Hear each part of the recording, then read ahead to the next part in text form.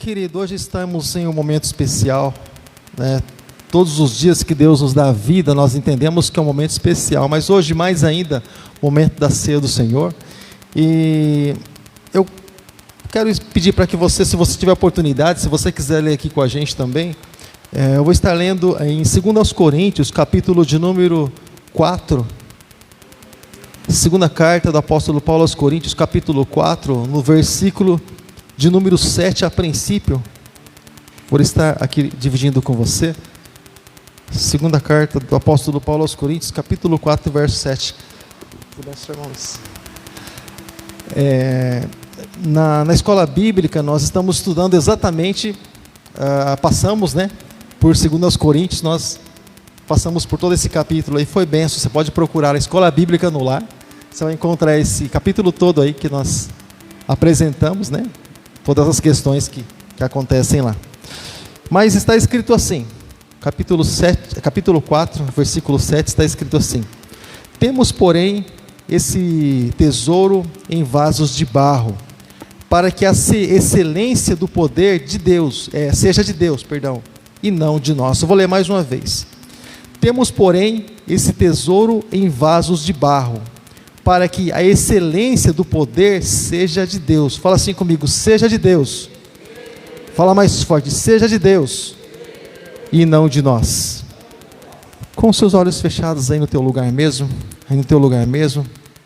Pai querido, mais uma vez nós apresentamos, Pai, em oração, Deus, esse momento, tudo nós colocamos, Deus, em oração a Ti, pedindo, claro, a Tua bênção sobre tudo aquilo que fazemos, Deus, porque se o Senhor não abençoar, Deus, nada disso tem proveito. Então abençoa, Deus, esse momento, e cada palavra, Deus, que for ministrada, Pai, nessa noite, o Teu Espírito Santo possa transportar, Deus, a cada coração, conforme o Teu querer, conforme cada necessidade, Pai, em nome de Jesus, para o Teu louvor e glória. Amém, e graças a Deus. Querido,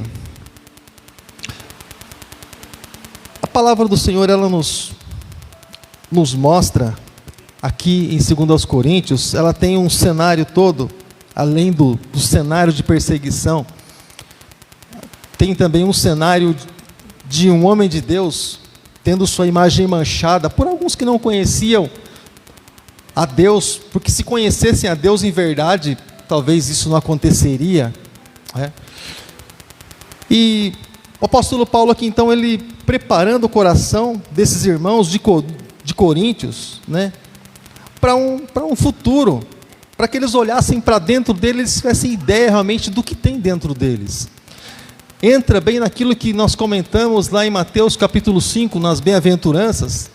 Então, quando Jesus especifica os bem-aventurados, e aquilo que eles alcançarão, aquilo que eles terão, aquilo que eles herdarão, exatamente porque existe algo precioso de Deus dentro dele. Existe, querido, Deus, ele fez questão, e nós somos a criatura mais privilegiada que existe em toda a face da terra. Existem criaturas aí que são muito bonitas, o oceano é um outro mundo, e natureza, muitas coisas lindas de se ver, mas nenhuma criatura é tão privilegiada quanto o ser humano, que foi feita a imagem e a semelhança de Deus. Coloca a tua mão sobre a tua cabeça e diga assim: eu sou a imagem de Deus. Você é a imagem de Deus. E ninguém pode tirar isso de você, querido, nenhuma palavra dita por aí, porque é algo que é liberado da parte de Deus para as nossas vidas. Então nada pode apagar isso, porque isso é escrito com o sangue do Cordeiro. Então, Paulo querendo deixar mais do que claro essa certeza no coração da igreja de Corinto, e também, claro, no nosso coração, porque essa carta chegou até nós, e ele disse assim: olha, porque muitas pessoas, e tem até uma canção, um louvor, claro que se tratando a respeito de humildade, quando chegamos diante do Senhor, eu ouvindo outra coisa, é difícil lembrar, dá uma pausa, já volta já, tá, agora eu lembro, é um louvor que diz assim, que nós não temos nada de bom diante do trono.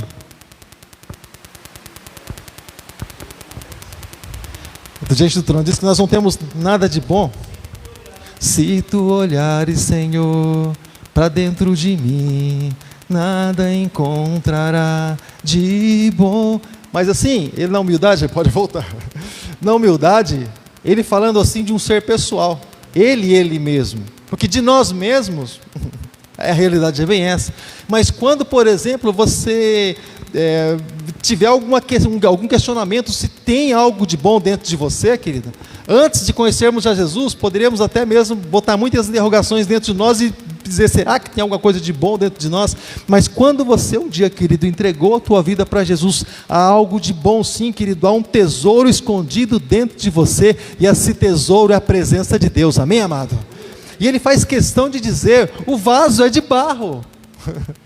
O vaso é de barro. Se você vai lá, por exemplo, em Jeremias, a Bíblia nos lança para isso, quando lá em Jeremias, querido, está sendo produzido, Jeremias desce na casa do oleiro, né, casa do oleiro, o lugar onde as coisas acontecem, e diz, Jeremias, você vai lá na casa do oleiro, Jeremias, e você vai lá e você vai aprender alguma coisa lá, vai lá ver o que o oleiro está fazendo. O que o oleiro ia fazer, né? A função dele, o ofício dele.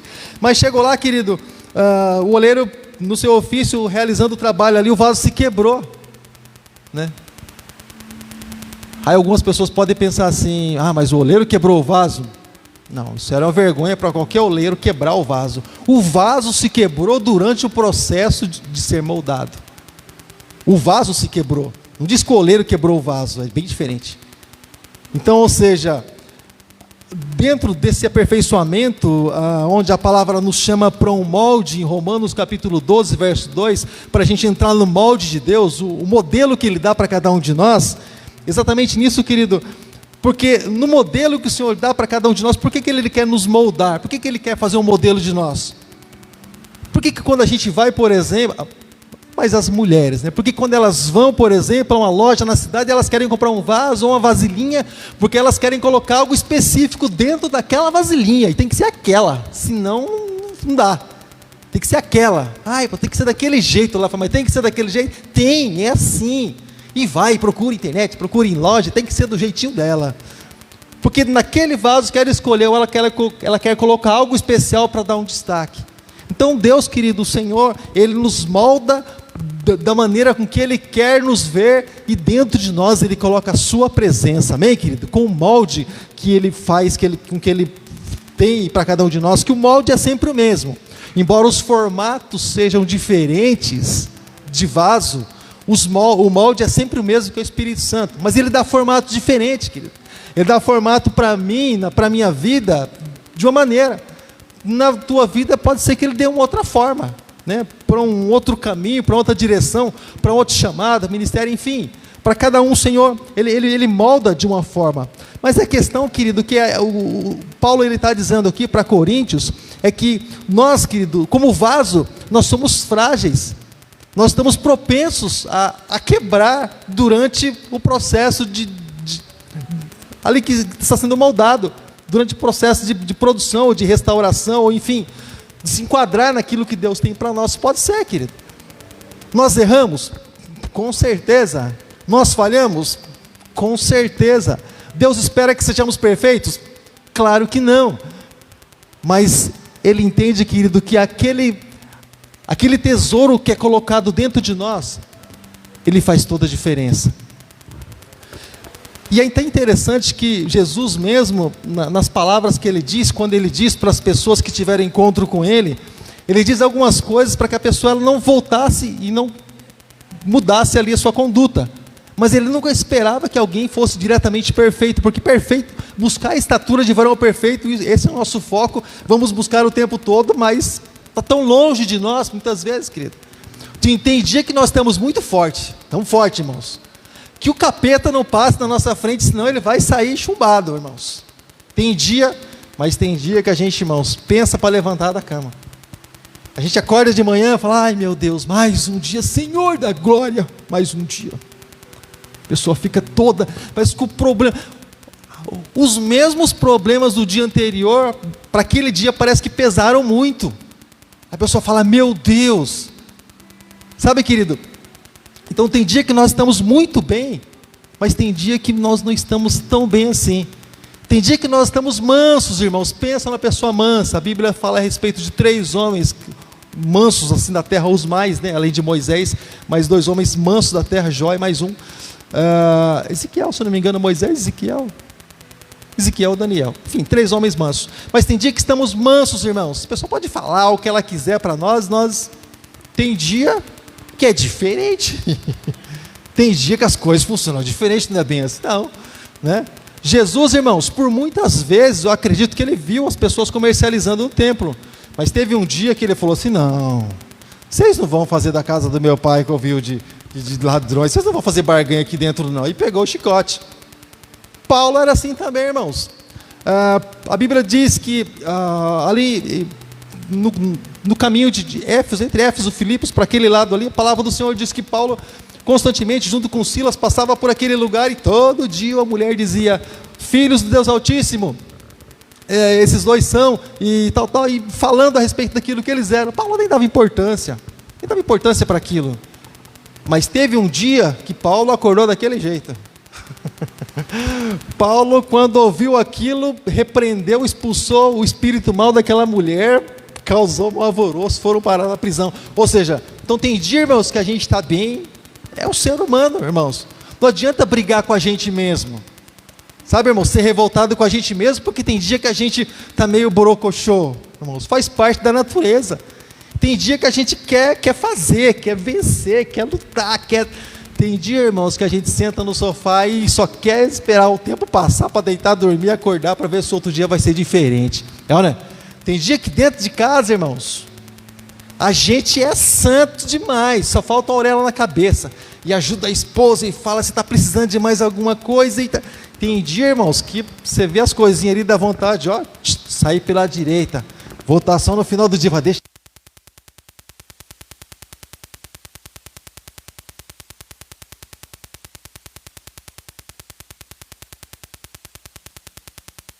Cheio, pronto.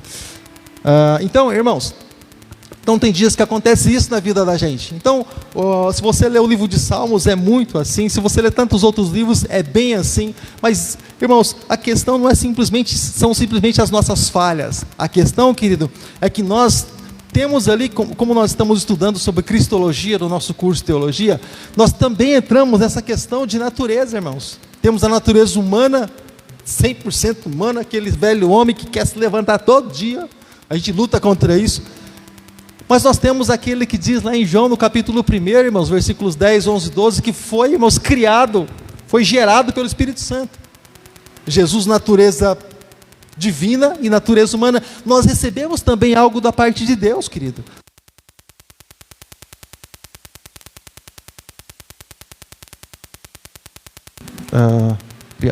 Então nós lutamos constantemente contra isso, querido, contra essas lutas. Nós insistimos, todos os dias nós batalhamos para que nós venhamos a permanecer de pé.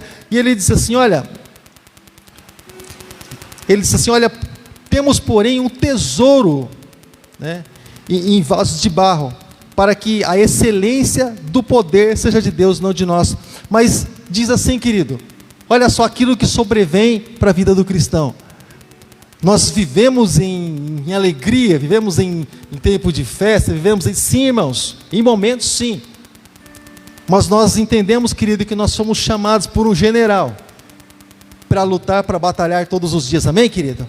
Lutar pela nossa família. E uma das estratégias de lutar pela nossa família, irmãos, é trazer a foto da nossa família, apresentar diante do altar do Senhor, para todos os cultos nós apresentarmos nossa família em oração, tá bom, querido?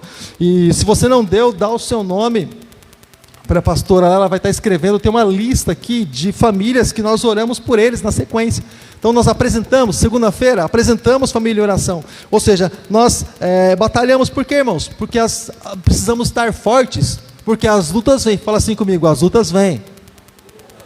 Nós precisamos estar preparados, querido. E a palavra do Senhor, ela diz assim, olha só, no versículo posterior diz assim, em tudo somos atribulados, mas não angustiados. Ou seja, a tribulação, irmãos, ela, por mais que ela venha tentar nos assolar, não pode fazer com que a gente venha desabar e nos prostrar diante disso, querido, de maneira nenhuma.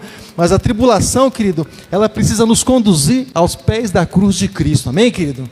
Porque nós sabemos que lá é o lugar onde nós vamos ser fortalecidos.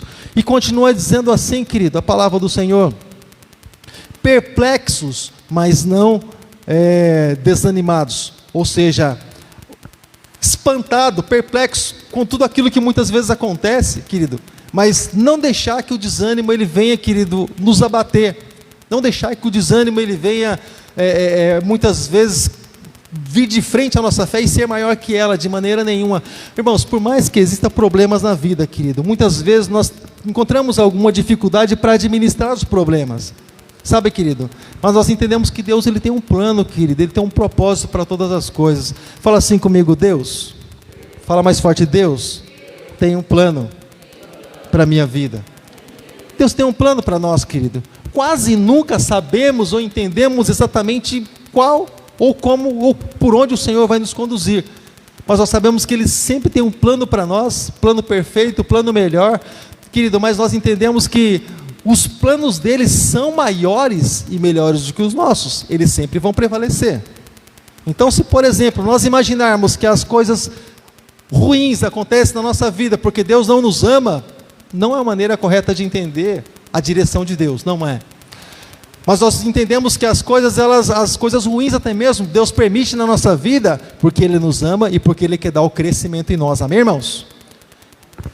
É como, por exemplo, Jesus, Ele precisou ir para a cruz, para algumas coisas acontecerem. Nós sempre comentamos que depois da cruz vem a glorificação, mas precisei ir para a cruz, para que o processo aconteça. Então, muitas vezes, querido, quantas vezes a gente, antes de realmente conhecer a Deus, a gente dizia assim, poxa, mas será que Deus me ama mesmo? Eu pensava, querido, antes de conhecer a palavra, antes de conhecer Jesus, eu ficava assim, querido, em várias encruzilhadas, sabe, conflito dentro de mim. Eu pensava, mas será que Deus ele ama mesmo? Por que Ele permite que a gente venha passar por tantas dificuldades assim? Tem que passar, tem que ser assim?